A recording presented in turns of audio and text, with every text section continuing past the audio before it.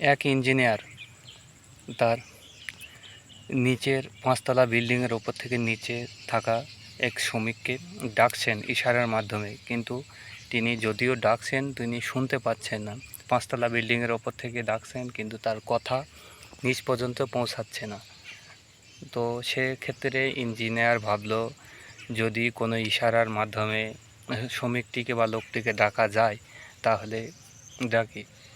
তো তিনি কোনো একটু ভাবনা চিন্তা করে ভাবলেন যে কিছু টাকা দিয়ে দেখি।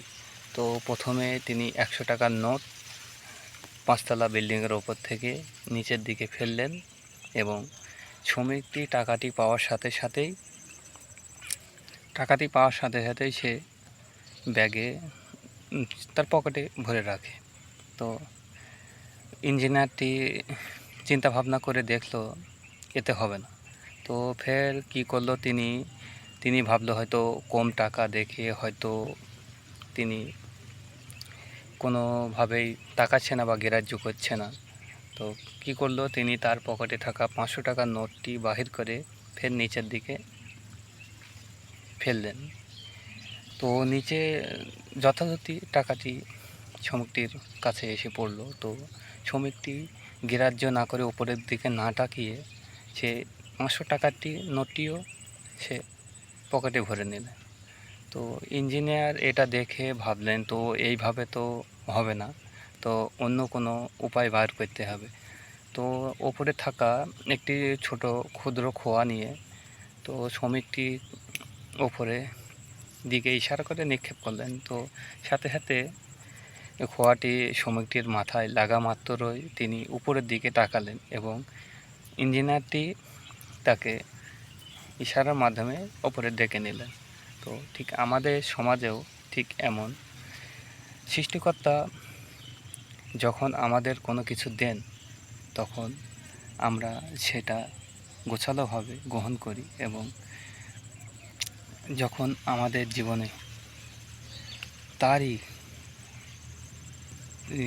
ওই খোয়াটির মতন যখন তিনি আমাদের জীবনে দুঃখ কষ্ট নিক্ষেপ করেন তখন কিন্তু আমরা হতাশা হয়ে যাই।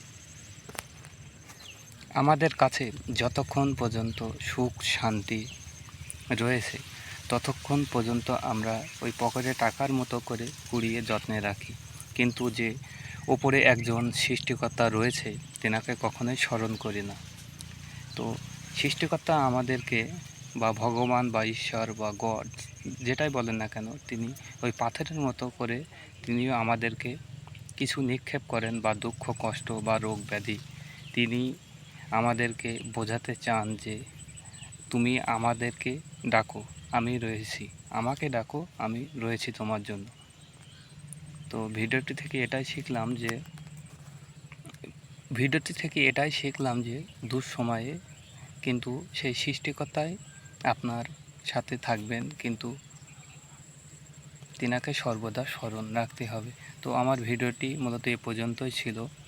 তো ভিডিওর মধ্যে যদি কোনো ভুল ত্রুটি হয় বা বাড়াবাড়ি হয়ে থাকে তাহলে আন্তরিক সহিত ক্ষমা করবেন এবং আমার এই চ্যানেলটি সাবস্ক্রাইব করে দেবেন এবং ফেসবুক পেজটি এবং ইনস্টাগ্রাম চ্যানেলটি আইডিটি ফলো করে দিবেন। তো ততক্ষণে আসছি আমি পরবর্তী ভিডিও নিয়ে। তো ভিডিওটি এ পর্যন্তই। ভালো লাগলে লাইক কমেন্ট শেয়ার করে আপনাদের মূল্যবান মন্তব্য জানাবেন।